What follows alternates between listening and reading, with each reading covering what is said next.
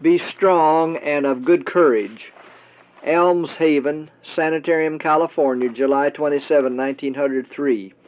Dear Brother Magan, I received your letter 2 or 3 days ago.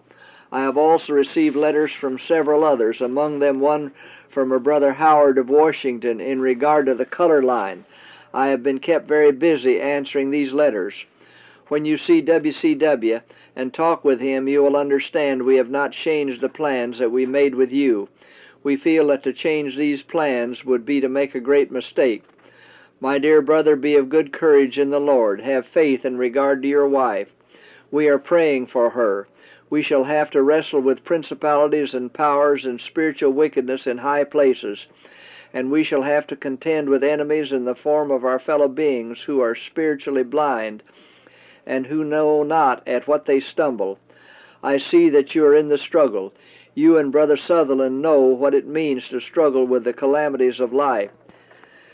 Is not the spiritual conflict far greater when we meet with the disguised powers of darkness who seem determined to destroy us? One thing is certain.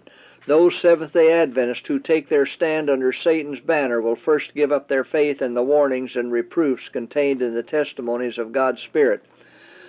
The call to greater consecration and holier service is being made and will continue to be made. Some who are now voicing Satan's suggestions will come to their senses. There are those in important positions of trust who do not understand the truth for this time. To them the message must be given. If they receive it, Christ will accept them and will make them workers together with Him. But if they refuse to hear the message, they will take their stand under the black banner of the Prince of Darkness. I am instructed to say that the precious truth for this time is opened more and more clearly to human minds. In a special sense, men and women are to eat of Christ's flesh and drink of His blood. There will be a development of the understanding, for the truth is capable of constant expansion. The divine originator of truth will come into closer and still closer communion with those who follow on to know Him. As God's people receive His word as the bread of heaven, they will know that His goings forth are prepared as the morning.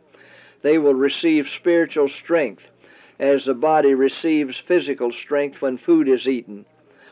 We do not half understand the Lord's plan in taking the children of Israel from Egyptian bondage and leading them through the wilderness into Canaan.